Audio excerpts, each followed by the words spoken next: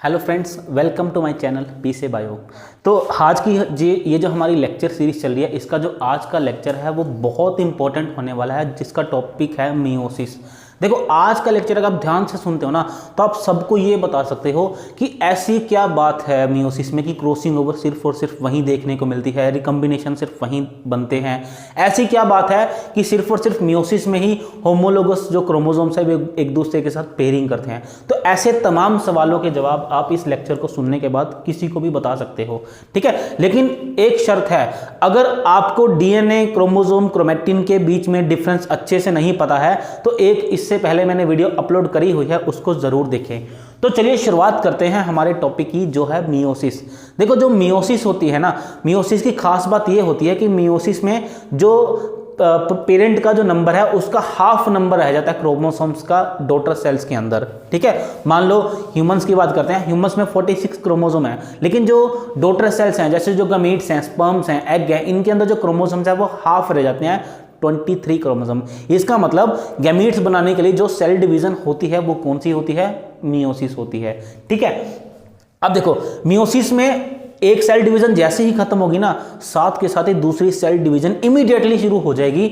अब ये भी पढ़ेंगे भी ऐसा क्यों हुआ, ठीक है। तो चलिए, मियोसिस की जो फर्स्ट डिवीजन है उसको हम बोलते हैं मियोसिस 1, और मियोसिस की जो सेकंड डिवीजन है उसको हम बोलते हैं मियोसिस 2। जैसे हमने माइटोसिस में पढ़ा था ना कि माइटोसिस के अंदर जो कुछ स्टेजेस होती हैं, जैसे प्रोफेज, मेटाफेज, एनाफेज, टीलोफेज, वैसे ही सारी की सारी स्टेजेस हमें मियोसिस 1 में भी देखने को मिलेगी, मियोसिस 2 में भी देखने को मिलेगी। लेकिन मियोसिस 1 की जितनी भी ये जो स्टेजेस होंगी ना, जैसे प्रोफेज है, मेटाफेज है, एनाफेज है, टीलोफेज है, सबके बाद हम 1 लगाएंगे। मियोसिस 1 की स्टेजेस को बोलेंगे प्रोफेज 1, मेटाफेज 1, एनाफेज 1, टीलोफेज 1। और सबसे इंपॉर्टेंट यहाँ पे जो फेज है वो कौन सा है? वो है प्रोफेज 1, क्योंकि जितने भी इंपॉर्टेंट इवेंट्स है ना, क्रॉसिंग ओवर, वो सब कुछ इसी स्टेज के अंदर होता है। तो सबसे पहले जो प्रोफेज 1 है उसको भी हम 5 स्टेजेस में डिवाइड करते हैं। कौन कौन सी स्टेजेस हैं? सबसे पहली है लेप्टोटीन, फिर है जाइगोटीन, फिर है पैकिटीन, फिर है डिप्लोटीन, और लास्ट में है डाइकाइनेसिस, ठीक है। अब देखो, डाइकाइनेसिस और डिप्लोटीन में ना कभी कभी बच्चे कंफ्यूज कर जाते हैं। बहुत आसान है। देखो, हमारी जो एक लहर बनी, जो धुन बनी हुई ना, 3 पीछे, जैसे लेप्टोटीन, जाइगोटीन, पैकिटीन, डिप्लोटीन, है ना, 3 वाले सब, उसके लास्ट में डाइकाइनेसिस। तो चलिए शुरुआत करते हैं हम। सबसे पहले कहां से हम शुरुआत करेंगे? जैसे ही मियोसिस होनी है किसी सेल में, सेल एंटर किया, कहां पे सेल एंटर किया? एम फेज में। एम फेज में प्रोफेज 1, प्रोफेज 1 में कहां? प्रोफेज 1 में हम सबसे पहले देखेंगे लेप्टोटीन। देखो, प्रोफेज के अंदर जब भी सेल एंटर करेगा G2 फेज के बाद, तो G2 फेज में क्रोमैटिन की फॉर्म में थ्रेड्स पड़े हुए हैं, है ना। जैसे ही सेल आएगा लेप्टोटीन फेज में, वैसे ही वो सारे के सारे क्रोमैटिन वो धीरे धीरे कंडेंस होना शुरू हो जाएंगे। लेकिन यहाँ पे खास बात है, मियोसिस की खास बात है, जब भी क्रोमोसोम जो क्रोमैटिन है वो कंडेंस होंगे ना, तो उनके ऊपर ना कुछ बीड वाले कैसे स्ट्रक्चर्स नजर आती है। इन स्ट्रक्चर्स को हम बोलते हैं क्रोमोमियर। क्या बोलते हैं जी? क्रोमोमियर। ये एक बाउंसर क्वेश्चन है, कभी कभी एग्जाम में आ जाता है। क्रोमोमेर बताओ कौन सी स्टेज में? हम देखते रहते हैं यार, ये तो कभी सुना तो है नहीं, तो ध्यान रखना क्रोमोमेर कहाँ देखने को मिलेगा? प्रोफेज 1 के लेप्टोटीन के अंदर, ठीक है। और उसके अलावा एक और इसका कैरेक्टरिस्टिक फीचर क्या है? जैसे ही क्रोमैटिन कंडेंस होना शुरू हो जाता है ना, तो वो जो थ्रेड्स होते हैं वो अटैच हो जाते हैं न्यूक्लियस की मेम्ब्रेन के ऊपर, और जहां पे अटैच होते हैं उस जगह को बोलते हैं सेल प्लेट बोलते हैं। उस जगह को क्या बोलते हैं जी? सेल प्लेट बोलते हैं, ठीक है। और एक बात और, यहाँ पे ना जो एस फेज में जब डीएनए अपने आप को डुप्लीकेट करता है, तो उसके पीछे एक कॉपी छुपी होती है ना, और वो कॉपी छुपी होती है, मैंने बताया था इससे पहले वाले लेक्चर में, तो उसको एक बार जरूर देखना है, लेक्चर नहीं देखा पहले वाला तो, है ना। वो कॉपी ना धीरे धीरे स्प्लिट होने लग जाती है, लेकिन अभी हमें नजर नहीं आती, क्योंकि अभी थ्रेड्स होते हैं, बहुत फाइन साइज के थ्रेड्स होते हैं, नजर नहीं आते, ठीक है। एक और बात मैंने बताई थी, देखो, जैसे ही यहाँ पे क्रोमैटिन क्रोमोसोम में कन्वर्ट होना शुरू होगा, तो वहां पे क्या होगी? क्वाइलिंग होगी। माइटोसिस में कौन सी क्वाइलिंग मैंने बताई थी?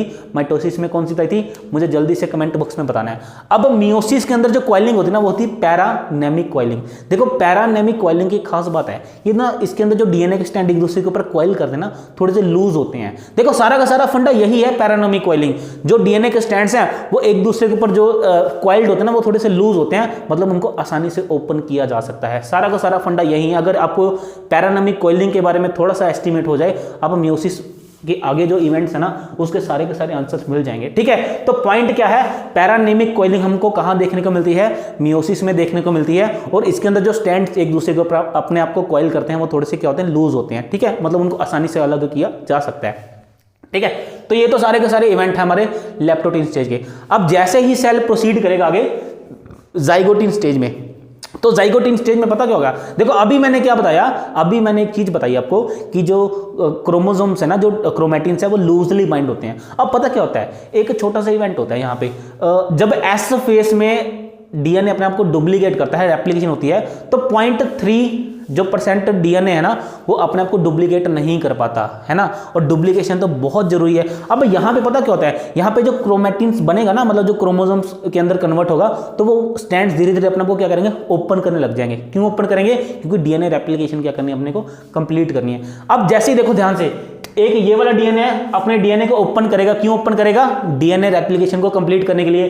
दूसरा जो स्टैंड है वो भी अपना डीएनए क्या करेगा, ओपन करेगा। देखो इधर से भी डीएनए ओपन हुआ, इधर से भी डीएनए ओपन हुआ, तो इस तरीके से ना वो कुछ तरीके से बाइंड कर जाते हैं, और ऐसी बाइंडिंग को हम बोलते हैं जिप लाइक पेयरिंग बोलते हैं। तो ये सबसे बड़ा रीजन है कि जो क्रोमोसोम्स होते हैं ना, होमोलोगस क्रोमोसोम, वो पेयरिंग क्यों करते हैं, ये स्टेज रिस्पॉन्सिबल है। जो वो 0.2 से 0.3% डीएनए अपने आप को रेप्लिकेशन करने के लिए डीएनए का स्टैंड ओपन करता है ना, तो एक स्टैंड का एक डीएनए ओपन हुआ, इधर से दूसरे क्रोमोसोम का डीएनए ओपन हुआ, तो वो दोनों आपस में ऐसे उलझ जाते हैं, है ना।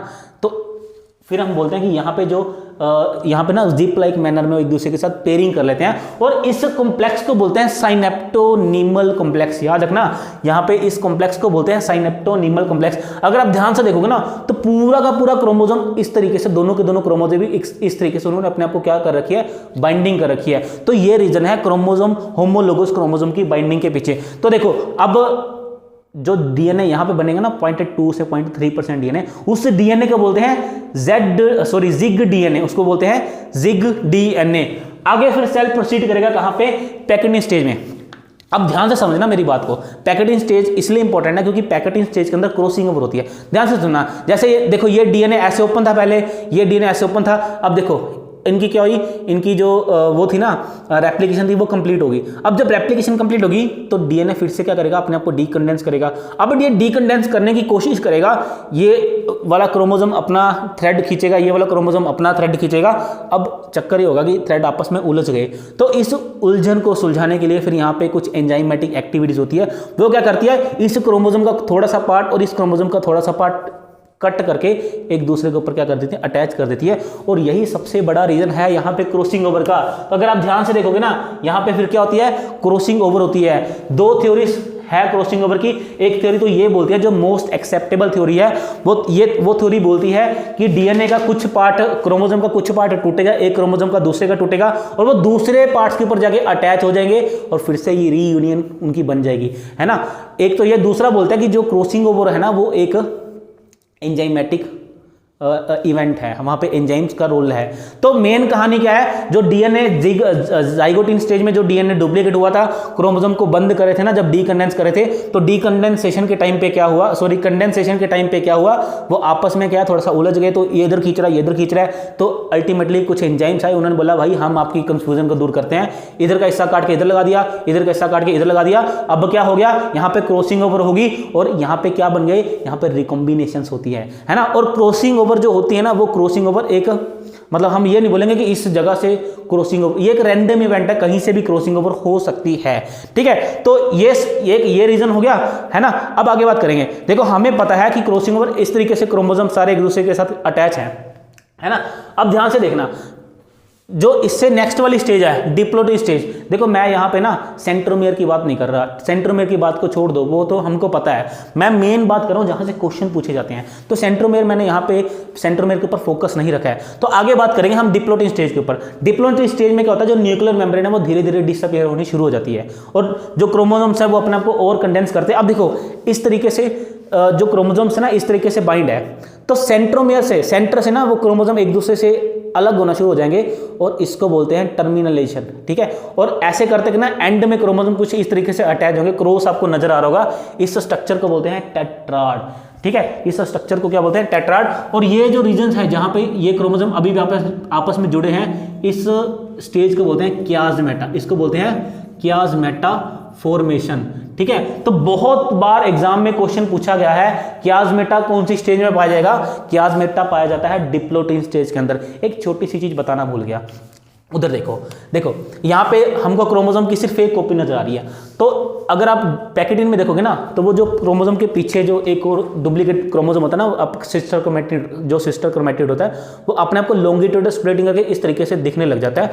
तो डायड कंडीशन से यहाँ पे टेट्राड कंडीशन, तो टेट्राड यहाँ पे आएगा, मैंने गलती से यहाँ टेट्राड बोल दिया। तो टेट्राड हमें कहाँ देखने को मिलेगा? टेट्राड हमें देखने को मिलेगा पैकेटिन में, टेट्राड।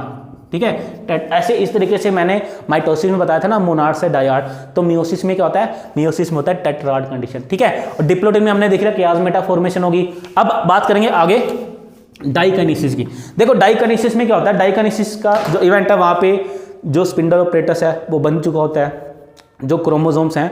अब देखो जो क्रोमोसोम्स हैं वो स्पिंडल फाइबर के साथ अटैच हो चुके हैं। ध्यान रखना, मियोसिस में, माइटोसिस में हमने देखा था ये क्रोमोसोम है, इधर से भी स्पिंडल फाइबर अटैच है, इधर से भी अटैच है। लेकिन यहाँ पे ऐसा पॉसिबल नहीं है, ये एक क्रोमोसोम, ये होमोलोगस क्रोमोसोम, अब इधर से स्पिंडल फाइबर अटैच है, इधर से स्पिंडल फाइबर अटैच है, बीच में एक दूसरे के साथ ऐसे इस तरीके से अटैच होते हैं, है ना। तो ये कौन सी स्टेज है? ये है डाइकाइनेसिस। डाइकाइनेसिस खत्म होगी। अब बात करेंगे हम मेटाफेज 1 की। मेटाफेज 1 में देखो, अगर आप ध्यान से यहाँ देखोगे ना, तो क्रोमोसोम देखो, मैं सिर्फ 2 ही क्रोमोसोम लेके चल रहा हूँ। ठीक है, ऐसे तो 24 क्रोमोसोम होते हैं, लेकिन मैं सिर्फ 2 ही क्रोमोसोम लेके चल रहा हूँ। क्यों? सिर्फ आपको समझाने के लिए।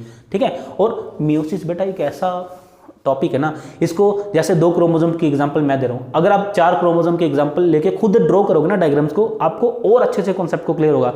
ठीक है, इस तरीके से जितनी बार आप इसको रिवाइज करोगे, आप दूसरों को जब पढ़ाओगे ना, आपको ये कॉन्सेप्ट उतना ही अच्छे से समझ आने लग जाएगा। ठीक है, चलो आगे बात करते हैं।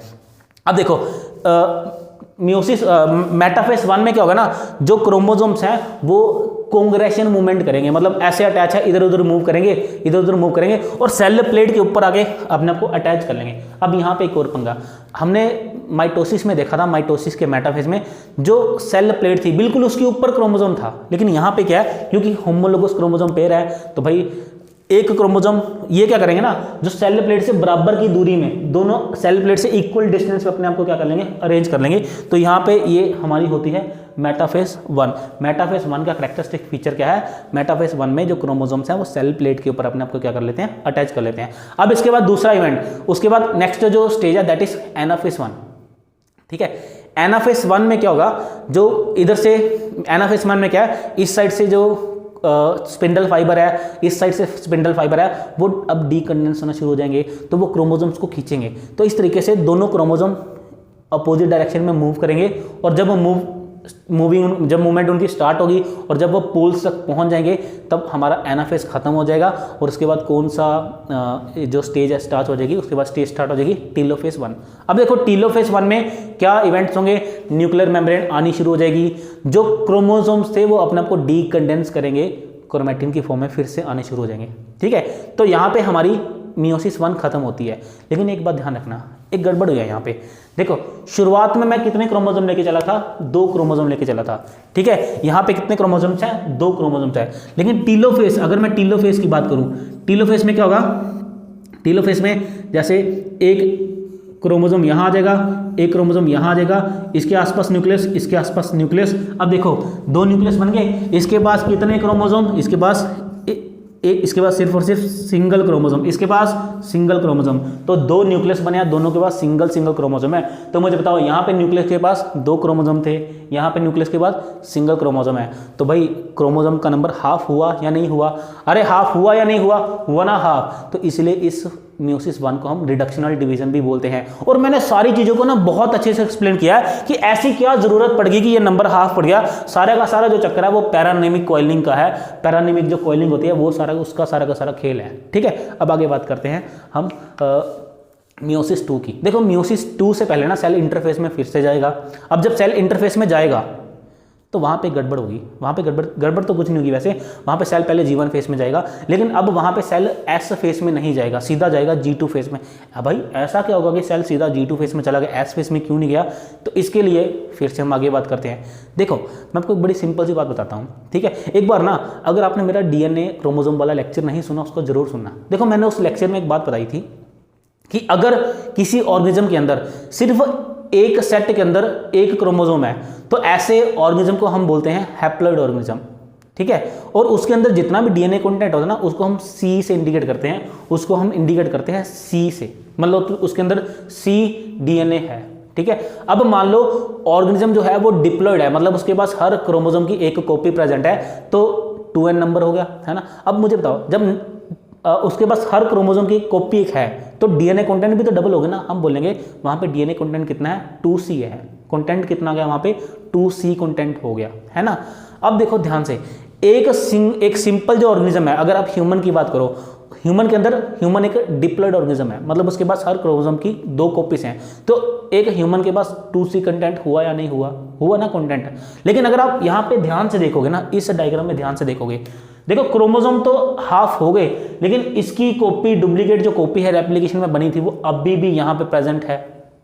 तो यहाँ पे n नंबर तो हो गया, स्टार्टिंग में कितना नंबर था, यहाँ पे 2n था, हर क्रोमोसोम की एक कॉपी थी, एक्स्ट्रा कॉपी थी, 2 थे, है ना। अब यहाँ पे एक क्रोमोसोम है तो हाफ नंबर तो होगा, लेकिन डीएनए अभी भी डुप्लीकेटेड है। कंटेंट कितना है यहाँ पे, 2c। ये ऐसी तो बात नहीं चलेगी ना, अगर नंबर ऑफ क्रोमोसोम हाफ रहेगा तो डीएनए का कंटेंट भी तो हाफ रहना चाहिए ना। बस इसी चीज को स्टेबलाइज करने के लिए, इसी चीज को इक्वल करने के लिए जो डिवीजन सेकंड होती है, दैट्स वाई ऐसा फेस में सेल कभी एंटर नहीं करेगा मियोसिस 1 के बाद, क्योंकि उसके पास तो पहले ही जो डीएनए वो डबल हो चुका है। अब उसका काम तो ये है कि जो वो डबल डीएनए है उसको किस तरीके से उसने बैलेंस करना है ना। तो अब यहाँ से क्या होगा, यहाँ पे मियोसिस 2 स्टार्ट होगी, डिवीजन स्टार्ट होगी, ठीक है। तो मियोसिस 2 बिल्कुल और बिल्कुल किसके जैसी है, मियोसिस 2 बिल्कुल माइटोसिस के जैसी है। अब देखो मैं बोर्ड पे ना जानबूझ के जो मियोसिस 2 बताऊंगा नहीं, लेकिन मियोसिस 2 के अंदर भी 4 ही फेस हैं। कौन कौन से,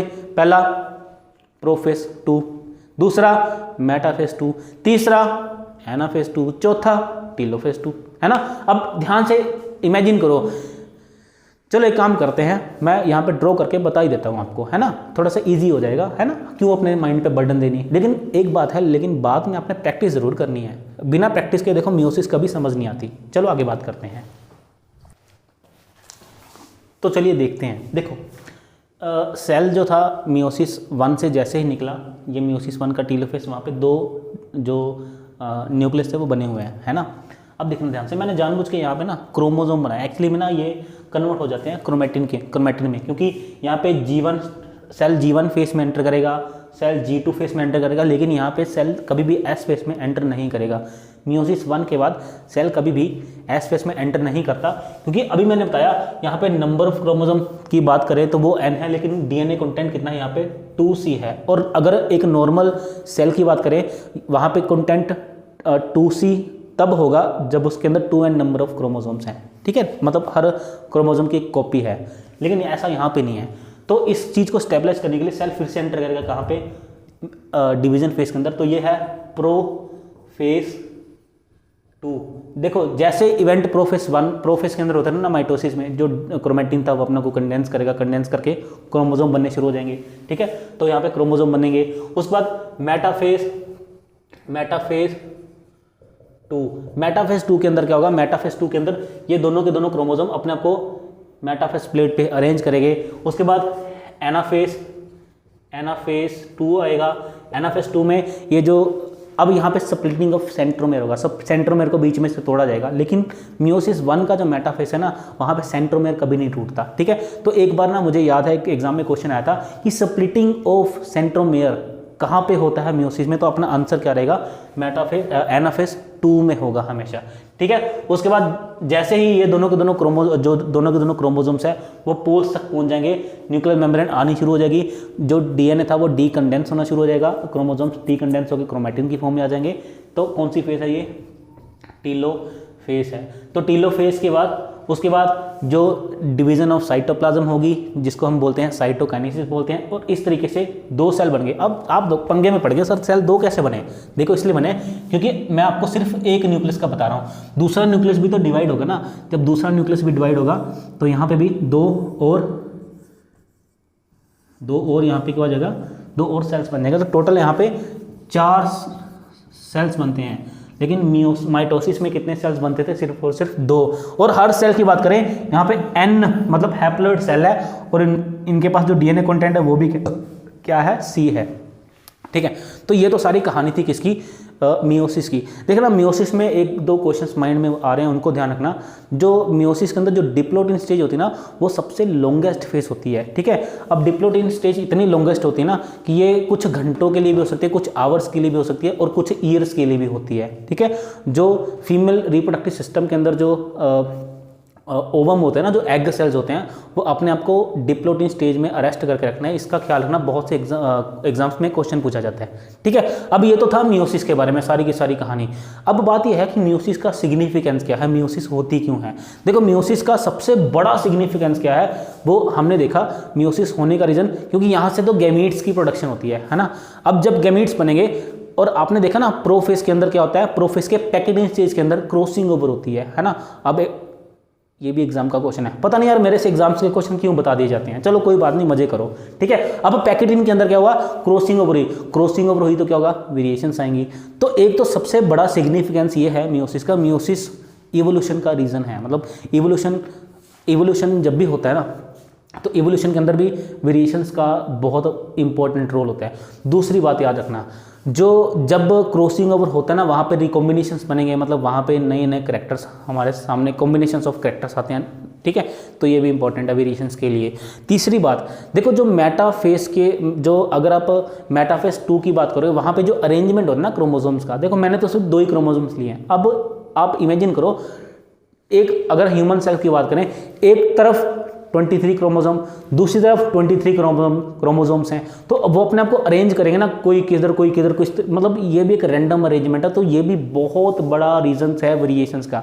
देखना एक क्वेश्चन पे एग्जामिनर हमको हमेशा पागल बना देता है। हमें हमेशा से ये लगता है कि वेरिएशंस का सबसे बड़ा जो सोर्स है वो क्या है, वो क्रॉसिंग ओवर है, लेकिन वो गलत बात है। क्रॉसिंग ओवर सबसे बड़ा जो रीजन नहीं है वेरिएशंस का।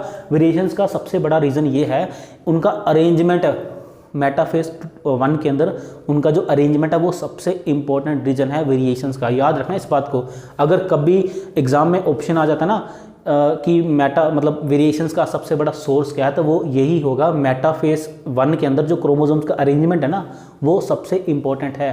ठीक है, वो रैंडम अरेंजमेंट है। ठीक है, आपने पढ़ा नहीं है लॉ ऑफ इंडिपेंडेंट असॉर्टमेंट, यही तो है लॉ ऑफ इंडिपेंडेंट असॉर्टमेंट। क्या बोलता है कि कोई भी जो करैक्टर है वो किसी दूसरे करैक्टर पे डिपेंड नहीं है ना। उसका यही मतलब है कि मेटाफेज 1 में क्रोमोसोम्स कहीं भी अपने आप को कहीं पे भी अरेंज कर सकते हैं। ठीक है जी, तो ये तो था हमारा टॉपिक आज का मियोसिस का।